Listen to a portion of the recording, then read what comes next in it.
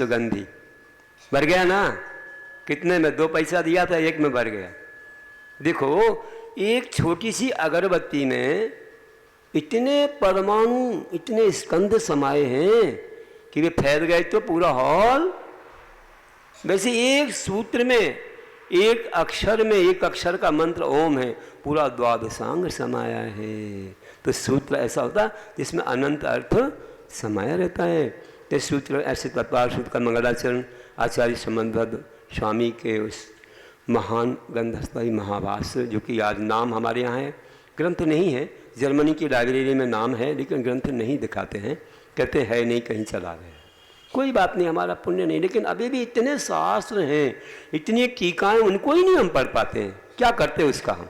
लेकिन अगर होता तो चौथा, तीसरा, चौथा अध्याय कितना विस्तार होता, कितने लोग का बड़ा विशाल वर्णन उसमें रहता। 5वें अध्याय का ऐसा वैज्ञानिक है, लगता वे लोग उसी पर खोज कर रहे हैं क्या? इतना महान होता। हमारा भाग उतना नहीं है, फिर भी चलो देखते हैं। फिर भी हमारे सटखंडागम कषाय पाहुड़ादि बहुत अच्छे अच्छे बड़े बड़े शास्त्र हैं जिनमें आचार्यों ने बड़ा उपकार किया है। ये किसी के 8वें सूत्र पर समझो, या वह पूरा वर्णन इसमें भर दिया, क्या कहेंगे हम? दोनों ही समकालीन हैं।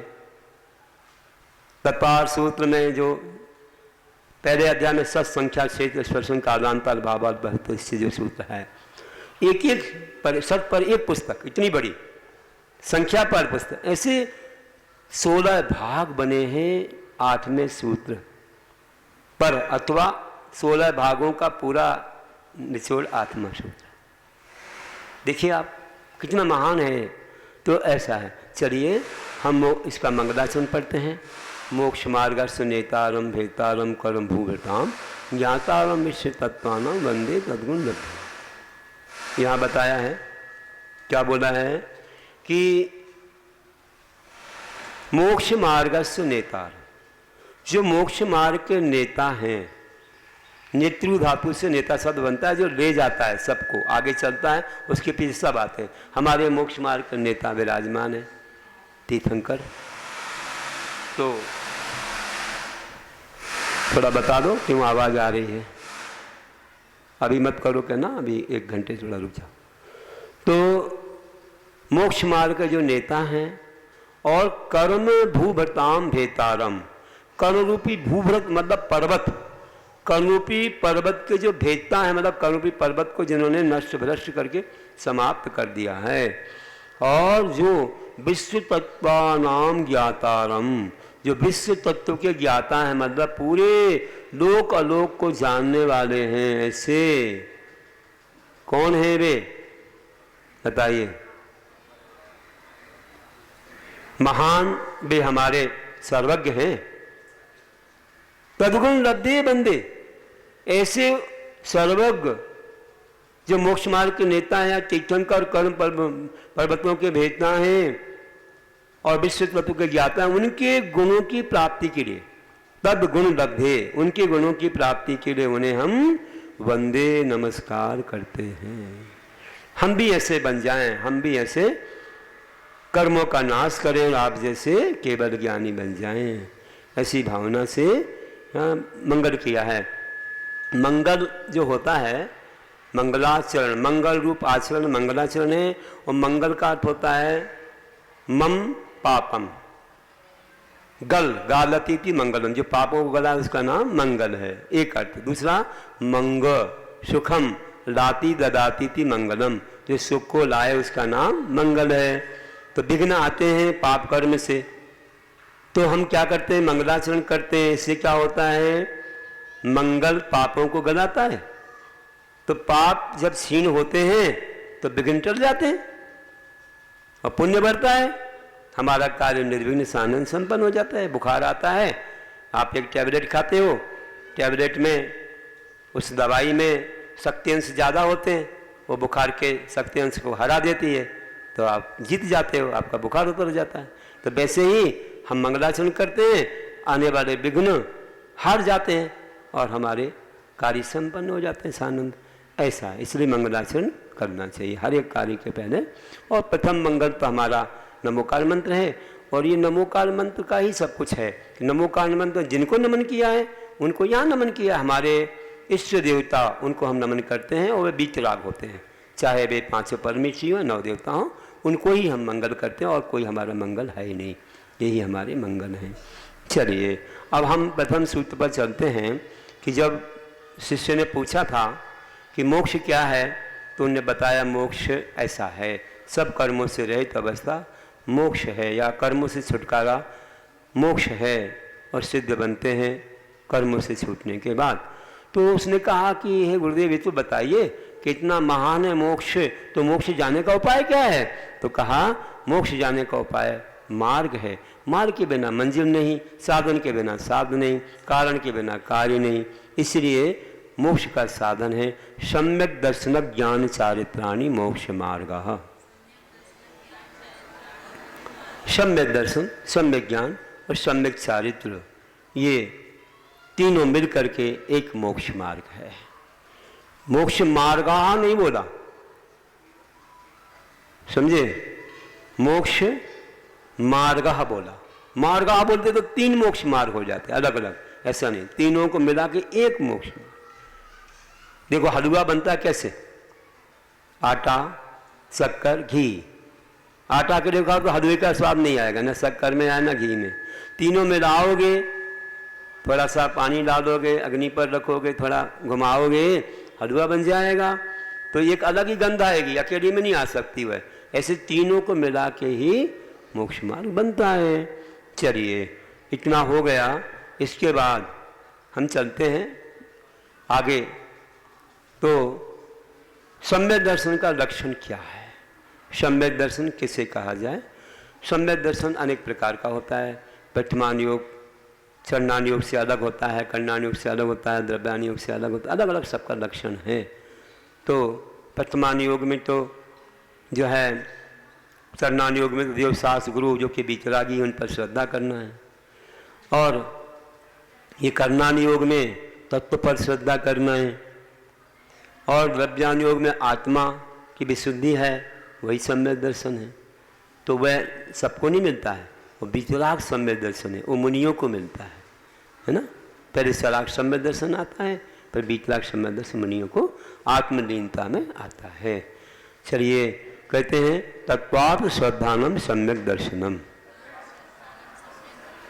हाँ, तत्वार्थ श्रद्धानम, तत्व के अर्थ पर, क्योंकि तत्व क्या है? वस्तु का जो स्वरूप है उसका जो अर्थ है वही, उस पर श्रद्धान करना सम्यक दर्शन कहलाता है। तस्य भावम तत्वम, वस्तु का जो भाव है वो तत्व है, उसका अर्थ, तो उसका प्रयोजन, उस पर श्रद्धान करना ही सम्यक दर्शन है। अब क्रम से अपन आगे बढ़ेंगे, फिर यहाँ बताया जाएगा। तो तत्व तो हम जानते हैं और आगे सूत्र में भी आएंगे, सप्त तत्व होते हैं, इन पर श्रद्धान करना है। और तत्व सप्त होते हैं, लेकिन इनमें सारी चीज़ गर्भित होती है, ये भी बता देंगे हम, अभी आगे सूत्र आ रहा है। अब कहते हैं कि सम्यक दर्शन की उत्पत्ति के कारण क्या है? तन्नि सर्गादि गमाद्वा, तत् वह सम्यक दर्शन निसर्गात स्वभाव से, व अथवा अधिगमात, अधिगम मतलब उपदेश आदि से उत्पत्ति प्राप्त होता है। तो तत् था, तत् से तन हो गया, सामने ना आ गया ना, तो ये ताबी ना हो जाता है। पंच में पंचमांश तृतीया नावा का तंत्र व्याकरण का सूत्र लग गया कि वो पंचम अक्षर है ताथा दादा ना, तो ता का भी ना हो जाता जब संधि करते हैं। अब विच्छेद करेंगे तो तत् आएगा और संधि करेंगे तन आएगा। तो तन मतलब तत्व, वह सम्यक दर्शन निसर्गात स्वभाव से अथवा अधिगमात, अधिगम से उत्पन्न होता है। तो निसर्ग क्या है? पूर्व जन्म का कोई संस्कार है, पूर्व जन्म के पुण्य से, या तुमने जो धर्म अपनाया था, कुछ ना कुछ कारण पूर्व जन्म के हैं, जिनसे कि कोई बिना कोई उपदेश के, बिना समझाए, बिना पढ़े भी वह सम्यक दर्शन अपने आप हो जाता है, श्रद्धा हो जाती है।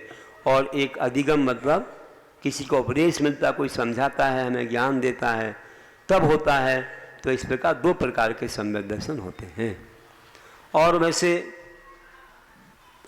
बहिरंग में देवशास गुरु भी कारण है, अंतरंग में हमारे कर्म का क्षय उपशम भी कारण है। बहिरंग कारण, अंतरंग कारण।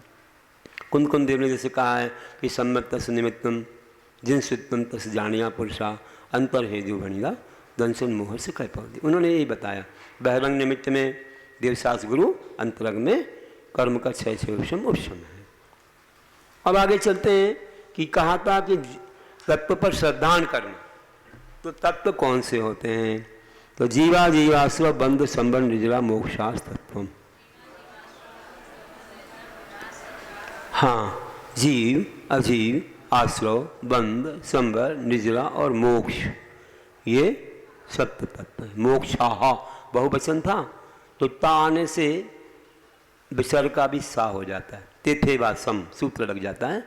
तेवा थेवा पर विसर्जनीय समापद्धते, ये सा हो गया है। अब संधि विच्छेद करेंगे तो फिर आ जाएगा, वही बहुवचन आ जाएगा मोक्षाहा। तो ये जीव आदि सत्य तत्व है। देखिए जीव किसको कहते हैं? जीव उसको कहते हैं चेतना लक्षणों जीवा। जो चेतना लक्षण वाला, चेतना मतलब ज्ञान दर्शन या उपयोगो लक्षण, हम आगे बताएंगे इसी में। उपयोग, ज्ञानोपयोग, दर्शनोपयोग, इसके भेद होते हैं और प्रभेद आगे कहेंगे, इसी में आएगा। तो देखिए, और दूसरे अध्याय में भी विशेष बताएंगे।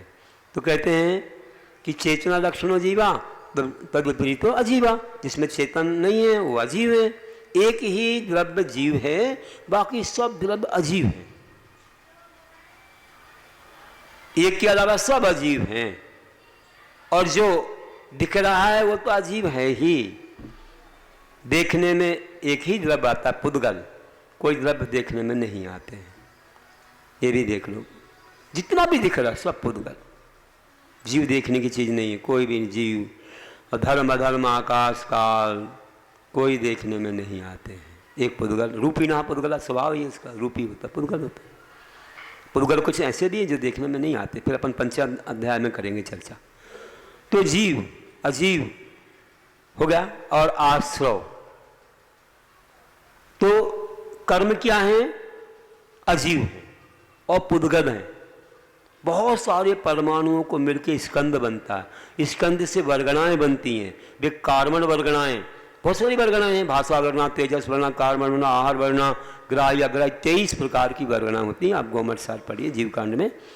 तो 23 प्रकार, उनमें से कार्बन वर्गणाएं जो अनेक पुद्गलों का समुदाय है, वे वर्गणाएं जब आत्मा में आती हैं तो अजीव हैं वे, क्योंकि एक ही द्रव्य जीव है, बाकी सब अजीव है। तो अजीव का आत्मा में आना आश्रव, और अजीव आकर के आत्मा में रुक जाना बंध, और आत्मा में जो अजीव आ रहा है उसको रोकना संवर, और आत्मा में जो अजीव आ गया उसको थोड़ा थोड़ा निकालना तो निर्जरा, और जीव में से अजीव पूरा निकल जाना, कर्म पूरा निकल जाना मोक्ष, और कुछ नहीं है। और जो आया है ना वो दो तरह से आया है, अच्छे भावों से बुरे भावों से, है ना। तो स्वभाव पुण्य से स्वभाव पाप से, तो अच्छे भाव से आया तो पुण्य और बुरे भाव से तो पाप, ये दो और मिला दो तो 9 पदार्थ हो गए। ऐसा कोई बहुत बड़ी चीज़ नहीं है, बहुत कठिन लगता लोगों, कुछ नहीं है। एक नाव है, नाव में कोई व्यक्ति बैठा है, वो जीव है, और बाहर से जो कुछ आ रहा है, मान लो पेट्रोल आ रहा है, वहाँ पर जाओ आप, ईरान इराक के पास पेट्रोल डाल देते हैं, भर देते समुद्र में, कोई आ ना पाए, नहीं तो हम आग लगा देंगे। तो अपनी रक्षा के लिए वहाँ पेट्रोल भर, अब पेट्रोल नाव में आ रहा, अजीव आ रहा है तो आसरा हुआ, फिर उसको वो आकर रोक, थोड़ा भर गया तो बंद हो गया, अब उसको रोका डांट लगा के तो संवर हो गया, और जो अंदर था उसको थोड़ा थोड़ा निकाला, वलीचा तो निजरा हो गया, पूरा निकल गया तो मोक्ष हो गया, है ना। ऐसा है। तो देखिए, अब इतना तो जान दिया, अब आगे चलते हैं। थोड़ा सा विषय है, लेकिन न्याय का विषय इतना ज़्यादा ये नहीं है, कठिन नहीं है, हम लोग थोड़ा समझ लें, क्योंकि नई देखो, नया वस्त्र रहे तो एक बार में पानी नहीं पकड़ता, बार बार दबाओ तो पकड़ लेता है। ऐसे अगर नए लोगों को ऐसा लगता है, ऐसा कोई बड़ी बात नहीं है, बहुत अच्छे से यहाँ समझा रहे हैं। पहले अध्याय में थोड़ा सा ये विषय आपको लगता है ऐसा, किसी किसी कठिन पहली बार हो। दूसरे अध्याय से बिल्कुल सरल, वहाँ तो बिल्कुल आपको सभी के लक्षण बताएंगे, जीव आदि के छोटे छोटे इंद्रिय वगैरह के बारे में बताएंगे। तो देखिए यहाँ पर कह रहे हैं तत्वों को जानने के उपाय, पदार्थों को जानने के उपाय क्या हैं? नाम स्थापना द्रव्य भाव तन्यास। हाँ, नाम स्थापना द्रव्य और भाव से तन्यासा, तत्न्यासा तन्यासा हो गया। उन सातों तत्वों और रत्नत्रय का निक्षेप या लोक व्यवहार होता है, उनका ज्ञान होता है मतलब। तो देखिए कि नाम निक्षेप क्या है कि गुण, जाति, द्रव्य और क्रिया की अपेक्षा के बिना लोक व्यवहार के लिए किसी का नाम रख दिया, उसमें वो क्रिया भी नहीं है, कोई उसमें कोई जाति भी नहीं है, गुण नहीं है, और नाम रख दिया। तो नाम निक्षेप से भी पदार्थ का ज्ञान होता है कि कोई पदार्थ है। किसी का नाम अशोक रख दिया, बड़े दिन भर रोता हो तो भी अशोक नाम निक्षेप है कि नहीं है? महावीर रख दिया, दुबला पतला पकड़ो तो रोने लग जाए, तो नाम निक्षेप से सही है, गलत नहीं है कि आप गलत कहो। तो नाम, फिर ऐसे ही स्थापना निक्षेप है। अब किसी भी पदार्थ में आपने किसी चीज़ की स्थापना कर दी, जैसे धातु है, काष्ठ पाषाण आदि में, इसकी चित्र मूर्ति आदि में आपने ये कह दिया कि ये वह है, ये इंद्र है या कोई ऐसा है। तो कोई ऐसा कह दिया इंद्र है या ये महाराज हैं, ये भगवान हैं, तो ये क्या हो गया? ये क्या हो गया बताओ? स्थापना निश्चित। इसमें दो होते हैं, तदाकार स्थापना और अतदाकार स्थापना। तदाकार भी होती है और अतदाकार भी होती है। तदाकार वही होती है कि उसी प्रकार बिल्कुल वही रूप रंग होता है, तो उससे तदाकार मानना। और अतदाकार ऐसी होती है कि जिसमें कोई रूप वगैरह वैसा नहीं है, जैसे आप चावलों में कर लेते हो, चावलों में वो रूप तो नहीं दिखता, वो रूप नहीं दिखता है, तो वह फिर भी आपने स्थापना की है, तो उसको बोलते हैं अतदाकार स्थापना। दो प्रकार की होती है। तो ऐसे स्थापना हो गई। तो इसके बाद चलिए द्रव्य निक्षेप। अपन ने जो है द्रव्य निक्षेप में भूत भविष्य पर्याय की मुख्यता देकर वर्तमान में कहना द्रव्य निक्षेप है। जैसे मान लीजिए कोई पहले था, क्या था पहले? कोई जज था, अब रिटायर्ड हो गया, फिर भी आप जज कह रहे हैं। या आगे कोई बनेगा, अभी पढ़ रहा है, मान लीजिए कोई पढ़ रहा है, अभी LLB कर रहा है या कोई MBBS कर रहा है, आप किसी को वकील बोल रहे हो, किसी को डॉक्टर बोल रहे हो, तो ये क्या हुआ? द्रव्य निक्षेप हो गया। ऐसे बोलते हैं प्राय लोग। रिटायर्ड होने पर मास्टर साहब बोल रहे हो, जज साहब बोल रहे हो, तो ये ऐसे होता है। और भाव निक्षेप क्या है?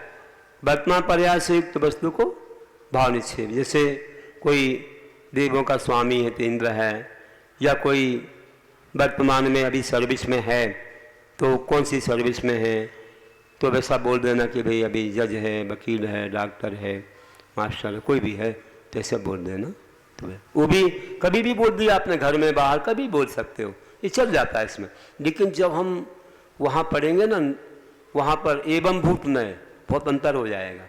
वहाँ तो क्रिया में परिणत ही लेंगे, अभी यहाँ नहीं लेंगे। यहाँ तो कभी भी वो चले भाई बोल दो तो चलेगा आपको, रास्ते में बोल दो, काम वो नहीं कर रहा फिर भी बोल दो पुजारी जी, किसी को डॉक्टर साहब, किसी कुछ नहीं, तो अभी क्रिया तो कर नहीं रहे तो भी आप बोल रहे हो, लेकिन है वर्तमान में, रिटायर्ड नहीं हुआ, तो ऐसे चलता है।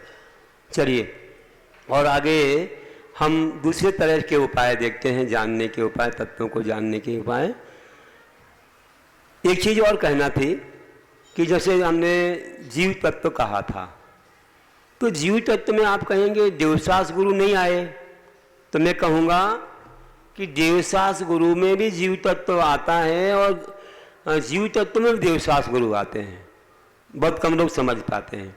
अब जीव के भेद करो आप, जीव में संसारी, मुक्त अब संसारियों में, अच्छा मुक्त में भी एक जीवन मुक्त, अरहंत और कर्म मुक्त में सिद्धाए, और संसारी में भी एक इंद्रिय आदि, पंच स्थावर त्रिस्थावर हुए, 2 इंद्रियादि प्लस हुए, उसमें विकरेंद्रिय भी हुए 2 से 4 तक, और फिर सकरेंद्रिय पंचेंद्रिय हुए, उसमें सैनी असैनी हुए। इसके बाद में कहूँ सैनी संगी पंचेंद्रिय में भी पूज्य जीव और अपूज्य जीव। पूज्य कौन है? पंच परमेशी बोल दो, है ना। आज के काल में तो आचार्य उपाध्याय साधु यहाँ पूज्य जीव हैं और बाकी अपूज्य, तो भेद होगा कि नहीं होगा? जीव में भी हमने देवशास्त्र गुरु भी ला दिए, और गुरु और शास्त्र कहाँ आया? जब हमने देखा कि उपाध्याय के 25 मूल गुण होते हैं, उनमें द्वादशांग आता तो शास्त्र भी आ गए, है नहीं, भगवान की वाणी शास्त्र भी आ गए। तो जीव में देवशास्त्र गुरु भी गर्भित हैं। आप जब देखेंगे तो जीव पर श्रद्धान करोगे तो देवशास्त्र गुरु पर भी श्रद्धान हो जाएगा, और देवशास्त्र गुरु पर करोगे जो हमको गुरु सत्य तत्व का उपदेश देते हैं तो वहाँ भी तत्व आ गए। ऐसा नहीं है कि आप खींचातानी करोगे हम तो सत्य तत्व मानते, देवशास्त्र गुरु को नहीं मानते, तो आपको सम्यक दर्शन नहीं होगा, क्योंकि उसमें गर्भित है, अंदर उसमें है। आप जब गहराई में जाओगे तो मिल जाएंगे। अब दूसरी तरह के उपाय बताते हैं। प्रमाणमय अधिगमा, हाँ प्रमाणमय ही अधिगमा, ऐसे संधि निषेध कर सकते हैं। तो तत्व रत्नत्रय का जो ज्ञान, अधिगम मतलब ज्ञान है, वो प्रमाण और नयों से होता है। अब प्रमाण नय क्या होते हैं आगे सूत्र के अलग से आएंगे, फिर भी प्रमाण सकलादेशो प्रमाणाधीना विकलादेशो नयाधीना।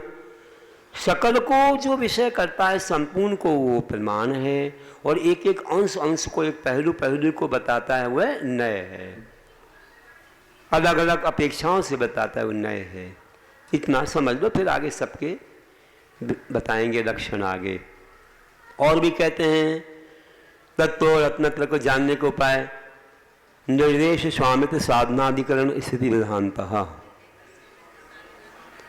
निर्देश स्वामित्व साधन अधिकरण स्थिति और विधान, इन 6 अनुयोगों से या विधियों से तत्वों का रत्नत्रय का ज्ञान होता है, लोक व्यवहार होता है।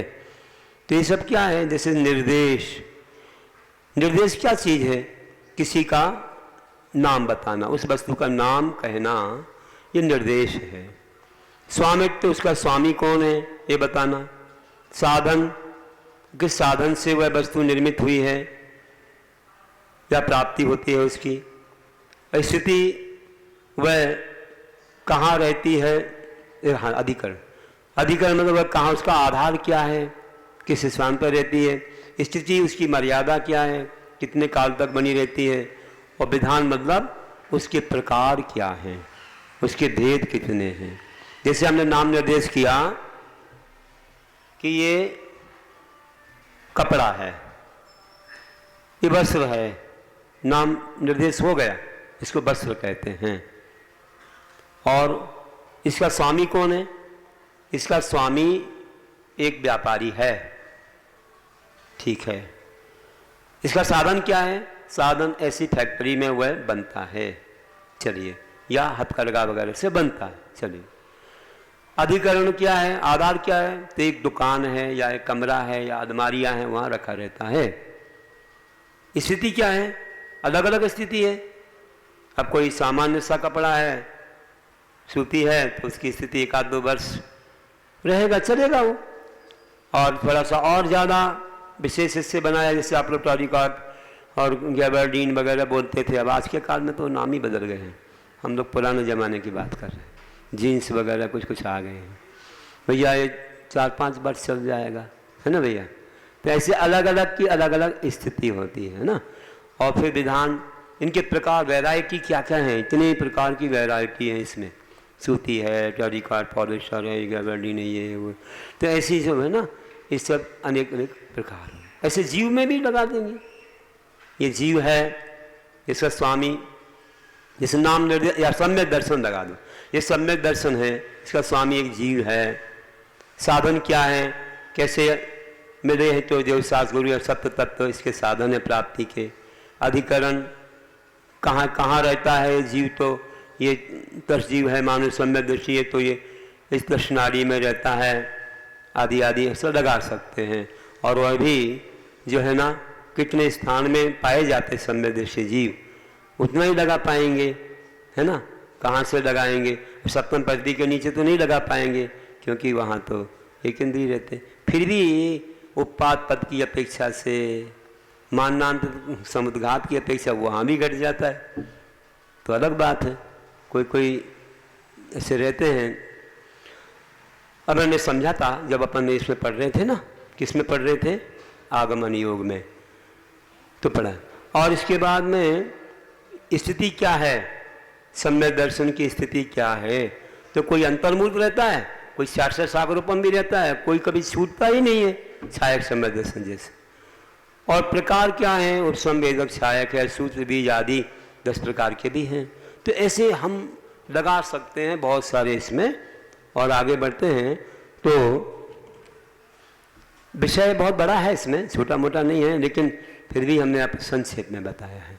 और भी निमित्त हैं सम्यक दर्शन के, जैसे अपन लोग जाति स्मरण आदि, वेदनाभि भाव है, देववृद्धि दर्शन है ना, जिन बिंब दर्शन आदि अलग अलग। मैं आप तीर्थोदय काव्य तो पढ़ रहे होंगे, जिनने 16 कारण व्रत लिया सबको दिए हैं, उसमें दिए हैं कौन सी गति में कौन से निमित्त होते हैं। अब आगे बढ़ते हैं कि सातों तत्वों रत्नात्रय को जानने के और भी दूसरे उपाय हैं। तो सब संख्या क्षेत्र स्पर्शन कालांतर भावाल बहुत परिचय। शत संख्या क्षेत्र स्पर्शन काल अंतर भाव और अल्प बहुत, इनसे भी पदार्थों का ज्ञान होता है। सत क्या है, किसी वस्तु का अस्तित्व बताना सत है। संख्या कितनी कितनी वस्तुएं हैं ये बताना संख्या है। क्षेत्र कितने क्षेत्र में वो वस्तु रहती है ये बताना। काल उसका कितना काल है, कितनी मर्यादा है, कब तक रह सकती है। अंतर एक बार छूट गई तो दूसरी बार वो वस्तु कब मिलेगी, अंतर है। भाव है तो उस वस्तु का क्या मूल्य है ये बताना। और अल्प बहुत, या भाव में मतलब उसके परिणाम भी बोल सकते हैं। और अल्प बहुत में किससे कम किससे ज़्यादा है, क्या बोलो, स्पर्शन। हाँ स्पर्शन, हाँ हाँ प्रकार संबंधी उसका रहने का स्थान बताना। तो सर संख्या क्षेत्र स्पर्शन मतलब प्रकार संबंधी वर्तमान में कहाँ है, पहले कहाँ थी, आगे कहाँ तक रहेगी, ये स्पर्शन होता है।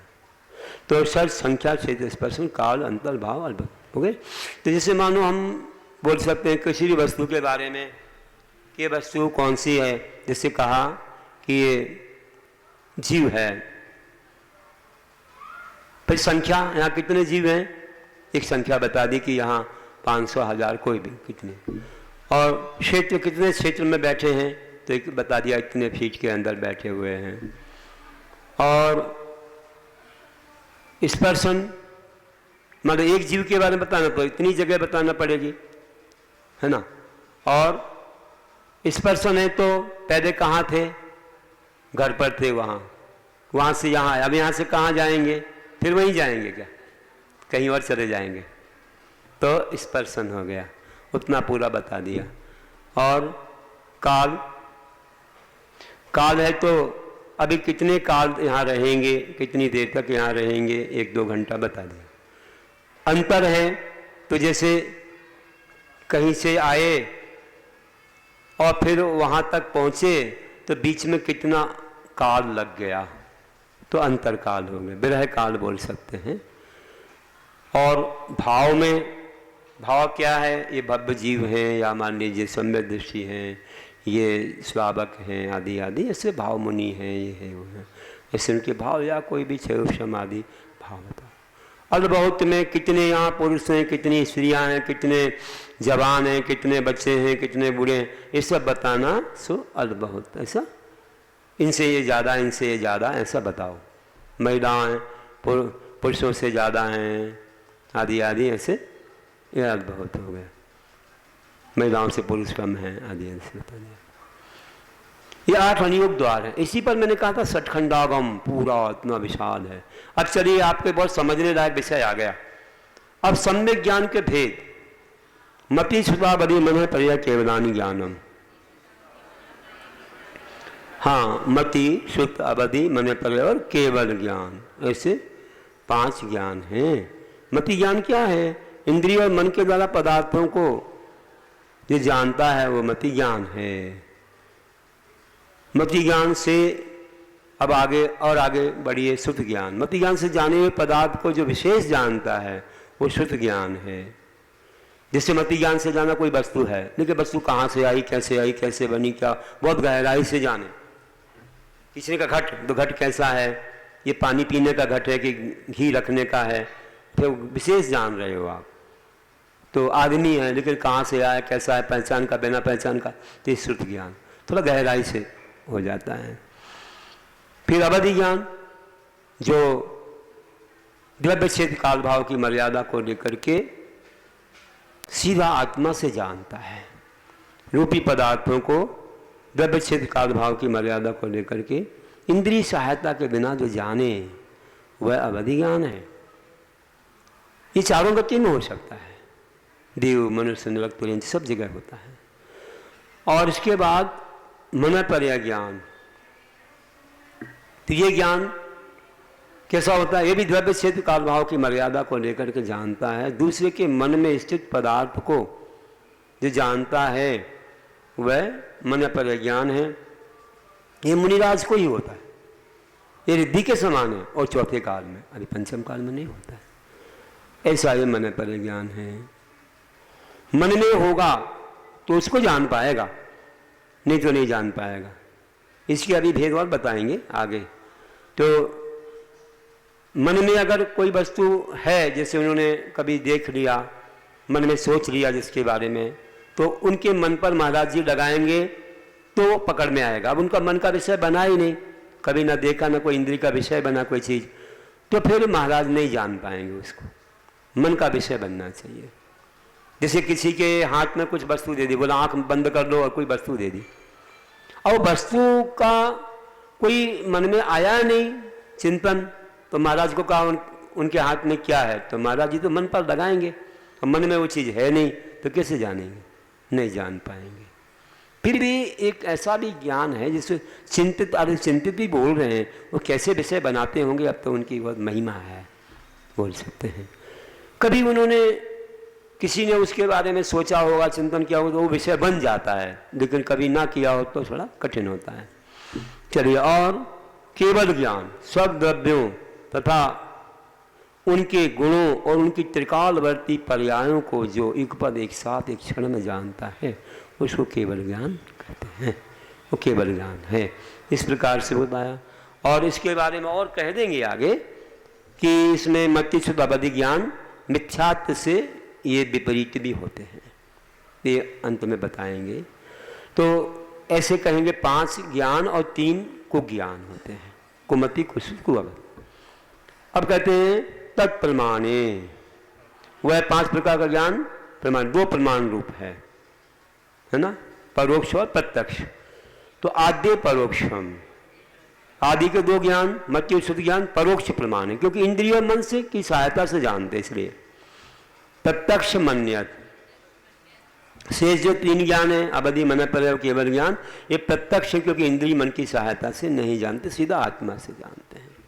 और मति ज्ञान के पर्यायवाची नाम कौन से हैं? मति, स्मृति, संज्ञा, चिंता, निबोध इत्यादि अर्थांतरम। मति, स्मृति, संज्ञा, चिंता और अभिनिबोध, ये इनके अनंता मतलब ये है अर्थांतर ना हो करके ये सब एक ही है, मतलब उसी के ही नाम है, इसलिए इन्होंने बताया अनर्थांतर बोला है। अनंता मतलब कोई अर्थ में अंतर नहीं है, एक ही है।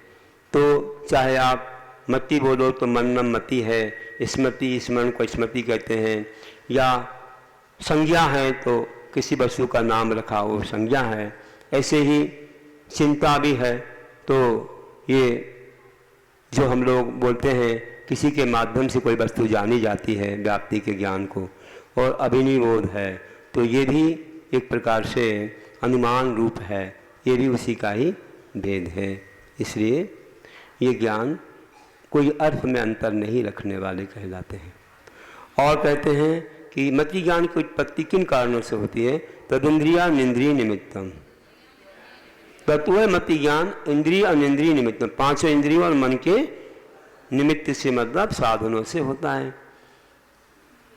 तो मति ज्ञान के लिए क्या चाहिए? 5 इंद्रियां और मन। जिनके मन नहीं है तो इंद्रिय मात्र से हो जाता है। ये तो जैसे एक इंद्रिय के भी होता है, जैसे कि निगोदिया जीव है, उसको लब्धाक्षर प्रमाण मति ज्ञान होता है, बहुत सूक्ष्म है वह।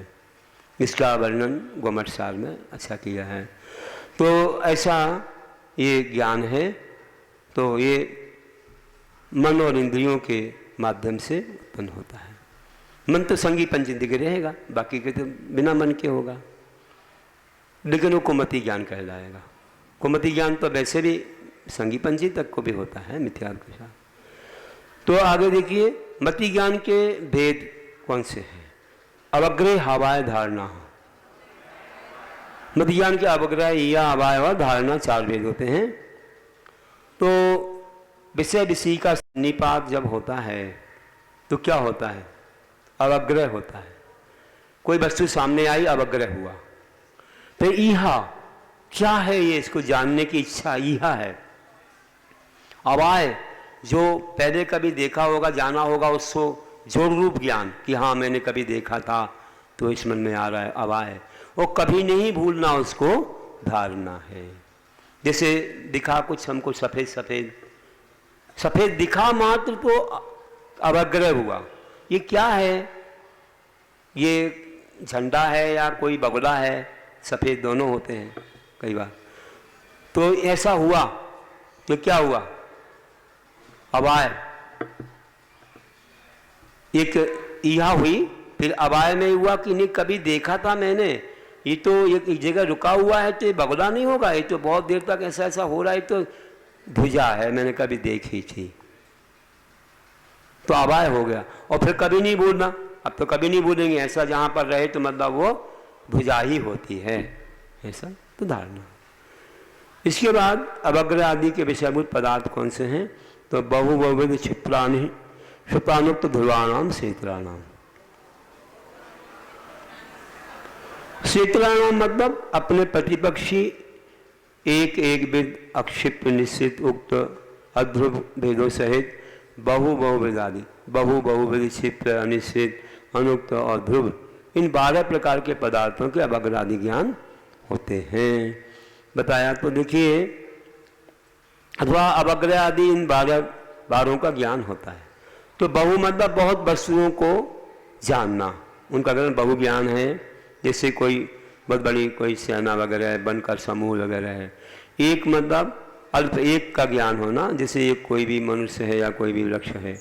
बहुविध बहुत प्रकार की वस्तुओं को जानना एक साथ, जैसे सेना में हाथी घोड़े वगैरह बहुत सारे हैं, या वन में बहुत सारे आम और नीम आदि के वृक्ष हैं। और एक विध से एक प्रकार की वस्तु, एक सदस्य, जैसे गेहूँ ही हैं बहुत सारे। और क्षेत्र में शीघ्रता से जाती हुई वस्तु, जैसे कोई भी आप देखते हो कोई गाड़ी वगैरह तेज गति से जा रही है, अक्षर धीरे धीरे कोई जा रहा है, घोड़े वगैरह कोई भी। और अनिश्चित मतलब कोई भाग, थोड़ा सा भाग दिख रहा है, हाथी की सूंड दिख रही पानी में से, तो अनिश्चित है। उससे ज्ञान कर लिया कि नीचे हाथी है, पानी में हाथी है। निश्चित में ऊपर ही है। और अनुक्त में बिना कहे, जैसे किसी ने ऐसा ऐसा किया तो जान लिया कि ये पानी पीने के लिए बोल रहा है, ऐसा ऐसा कि खाना भोजन के लिए बोल रहा है, तो अनुक्त हो गया। उक्त में कह ही दिया कि मुझे भोजन चाहिए, पानी चाहिए। ध्रुव तो कोई रुकी हुई वस्तु है, उसको जानना, कोई भी पर्वत वगैरह है। और ध्रुव में कोई चंचल वस्तु है, कोई बिजली है, कुछ भी है, बहुत जल्दी समाप्त हो जाती है, तो वह अध्रुव है। ऐसे सभी का ज्ञान होता है। फिर कहते हैं कि अर्थस्य, ये बहुविध आदि 12 भेद पदार्थ के, द्रव्य के हैं, ये जान लेना। और कहते हैं व्यंजनस्यावग्रहा, व्यंजन होना अस्पष्ट, अस्पष्ट पदार्थ का अवग्रह, केवल अवग्रह ज्ञान होता है, ये आदि नहीं होते। स्पष्ट नहीं हो पाया। जैसे कहीं से आवाज़ आ रही है, अब स्पष्ट नहीं हो रही कि किसकी है। और कई बार तो आप दूसरे काम में लग रहे थे, कुछ गूंजता रहता, कुछ भी हमारा ध्यान नहीं जाता है। तो ये आदि नहीं होता कि ये क्या है, इसको जानने के लिए हम प्रयास करें, कुछ नहीं होता, बस वहीं छूट जाता है, बस उस पर ध्यान ही नहीं जाता है। अब तो आप नोट गिन रहा हो, बच्चे उदम कर रहे हैं, आपको मालूम ही नहीं क्या कर रहे हैं, तो नोटों पे मन है, वहाँ नहीं है मन। अब अग्रह होकर छूट जाता है, करना भी नहीं अपन को, नहीं तो यहाँ भूल जाएंगे। तो ऐसा ही है। तो इस प्रकार से हो गया। तो स्पष्ट पदार्थ का केवल अवग्रह होता है, इस प्रकार से बताया। तो व्यंजनावग्रह अर्थावग्रह ऐसे भी भेद होते हैं। स्पष्ट पदार्थ के अवग्रह को व्यंजनावग्रह और स्पष्ट पदार्थ को अर्थावग्रह, इस प्रकार से जाना। अब कहते हैं आगे, न चक्षुर अनिंद्रियाभ्याम। व्यंजनावग्रह नेत्र और मन से नहीं होता। अगर नेत्रों से देख लें और मन से जान ले तो फिर तो अर्थावग्रह ही हो गया। वो हो नहीं पाता ऐसा, इन दो से कम होता है। तो अब इनके सबके भेद अगर अपन जानेंगे तो देखिए कैसे जानेंगे। किस तरह 12 प्रकार का अवग्रह, 12 प्रकार की यह, 12 प्रकार का अवाय और 12 प्रकार की धारणा ज्ञान। इस प्रकार मति ज्ञान के 48 भेद हो गए। तो इनमें से प्रत्येक ज्ञान 5 इंद्रियों और मन के द्वारा होता है, इसलिए 48 को 6 से गुना करने पर मति ज्ञान के 288 हुए। इनमें व्यंजनावग्रह के 12 गुणे 4 48 हुए, और इनको जब मिलाएंगे हम 288 से 48 तो 336 भेद हो जाएंगे। ये मति ज्ञान के भेद हो गए। अब श्रुति ज्ञान के बारे में, श्रुतम मति पूर्वम ध्वनिक द्वादश भेदम। हाँ, श्रुतम मति पूर्वम ध्वनिक द्वादश भेदम। श्रुति ज्ञान जो है मति पूर्वम, मति ज्ञान पूर्वक होता है, वह श्रुति ज्ञान 2, अनेक और 12 भेद वाला है, द्वि अनेक द्वादश। तो देखिए, पहला तो श्रुति ज्ञान मति ज्ञान पूर्वक होता है, दूसरा कि उसके 2 भेद अंगवाय अंग प्रविष्ट हैं। इनमें से अंगवाय के अनेक भेद हैं, अंग प्रविष्ट के 12 भेद हैं।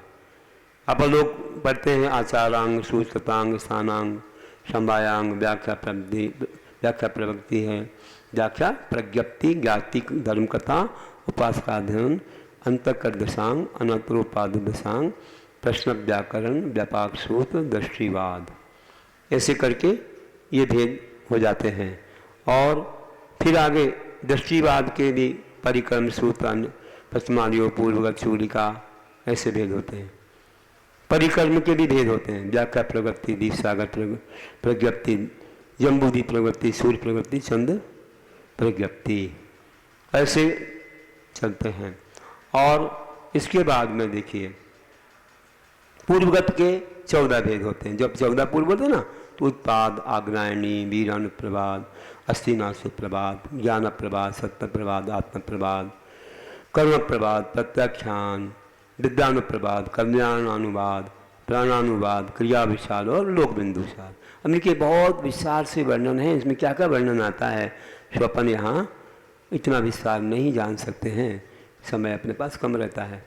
तो इस प्रकार और अंगवाह्य के जो भेद हैं, विस्सामायक, चतुर्विंशति स्व है, वंदना है, प्रतिगमन है, वैनिक है, कृतिकर्म है, 10 वैकालिक, उत्तराधन है, कल्प व्यवहार है, कल्पाकल्प है, महाकल्प है, पुंडरीक है, महापुंडरीक है और निशब्दिका है। ऐसे अंगवाह्य के भेद हो जाते हैं। तो इनका विशेष अपन जीव कांड में अच्छे से पढ़ सकते हैं। और आगे अवधि ज्ञान का विषय, अवधि ज्ञान के कौन कौन से भेद वगैरह हैं। तो भव प्रत्यय बधिर देवनार का नाम, हाँ, भव प्रत्यय बधिर देवनार का नाम। भव प्रत्यय नामक अवधि ज्ञान देवनार का नाम, देव और नारकियों को होता है। भव ही निमित्त है, प्रत्यय तो निमित्त है, वहाँ जन्मे और तुरंत अवधि ज्ञान हुआ। सो ये अंतर्मूर्त में ही उनको प्राप्त हो जाता है।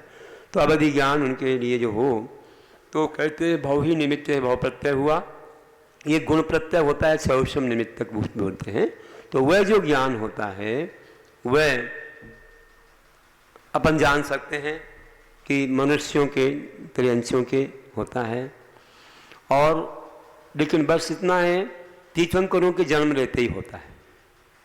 बाकी के लिए जैसे कर्म का क्षयोपशम होता है, जैसा पुण्य होता है तब होता है, और इसके लिए कोई काल आदि का कोई बंधन नहीं है, हो सकता है कभी भी, बस इतना है पुण्य होना चाहिए उनके, कैसा ज्ञान है ये। और गुण प्रत्यय जो अवधि ज्ञान है, जो क्षयोपशम निमित्तक है, उसके भी भेद हैं, उसके 6 भेद यहाँ बता रहे हैं। क्षयोपशम निमित्त षड विकल्पा शेषाणाम, क्षयोपशम निमित्तक जो ज्ञान है क्षयोपशम से होता है, और 6 भेद वाला है, उसके 6 भेद जैसे कि अनुगामी, अनुगामी, वर्धमान, हीमान, अवस्थित और अनवस्थित। तो अनुगामी ज्ञान कौन सा होता है कि जो अवधि ज्ञान एक भाव से दूसरे भाव तक जाए, एक भाव में था दूसरे भाव में भी साथ में जा रहा है, वह अनुगामी हुआ। अब यहाँ पर किसी के था, फिर स्वर्ग चले गए थे, साथ में गए, स्वर्ग में था, यहाँ जन्मे तो साथ में ही आ गया, समझो जन्म लेते ही है तो समझ जाओ कि। अनुगामी जो अवधि ज्ञान साथ में नहीं जाता, एक ही भाव तक सीमित रह जाता है। वर्धमान जो बढ़ता रहता है, शुक्ल पक्ष की कला, चंद्रमा की कलाओं की तरह बढ़ता रहता है पुण्य से। अभी थोड़ा आयोजन था और ज़्यादा हो गया, और आगे ज़्यादा कई भवों की बात जानने लगा, तो वर्धमान। हीमान जो पहले था उससे कुछ घटता रहता है, कृष्ण पक्ष की चंद्रमा की कलाओं की तरह। अवस्थित जैसा है उतना ही रहता है, अनवस्थित कभी बढ़ता कभी घटता है। इस प्रकार से इन अवधि ज्ञानों में ये अंतर है। और इसमें भी परमावधि, सर्वावधि आदि ज्ञान होते हैं, देशावधि भी होता है। तो परमावधि सर्वावधि ऐसे ज्ञान हैं कि तद्भव मोक्षगामियों को होते हैं, और परमाणु तक उनका विषय बन जाता है। यहाँ तक कि स्कंद जो कर्म है, आपको कौन कौन से कर्मों का बंध हुआ है, आप सम्यक दृष्टि हो कि मिथ्या दृष्टि हो, इतना तक जान सकते हैं ऐसे महान ज्ञानी तद्भव मोक्षगामी जो रहते हैं, उनको अवधि ज्ञान बहुत विशेष होता है। वे जान जाएंगे कि तुम कौन हो, आए हो तो तुम बब्ब हो कि अबब्ब हो कि सम्यदर्शी मिथ्यादर्शी, क्योंकि वे कर्म पर लगाएंगे ना, कर्म से मालूम पड़ेगा। अच्छा, अब बहुत कुछ जिनकी जितनी क्षमता है वैसे जान सकते हैं। और आगे कहते हैं मन पर ज्ञान के बारे में, ऋजु विपुलमति मन प्रयाहा।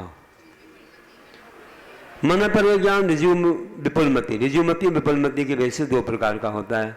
ऋजुमति मतलब त्रियोग, मतलब मन वचन काय की सरलता से विचार किए गए मन में स्थित रूपी पदार्थों को जानता है, वह ऋजुमति है।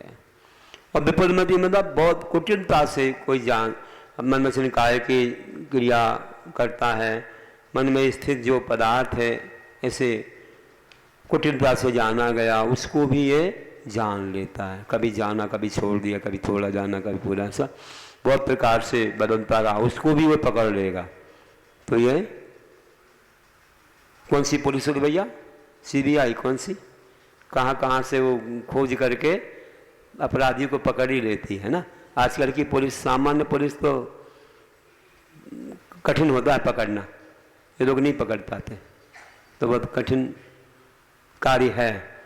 तो मतलब विपुलमति ज्ञान बहुत ही गूढ़ रहस्य को भी जानता है।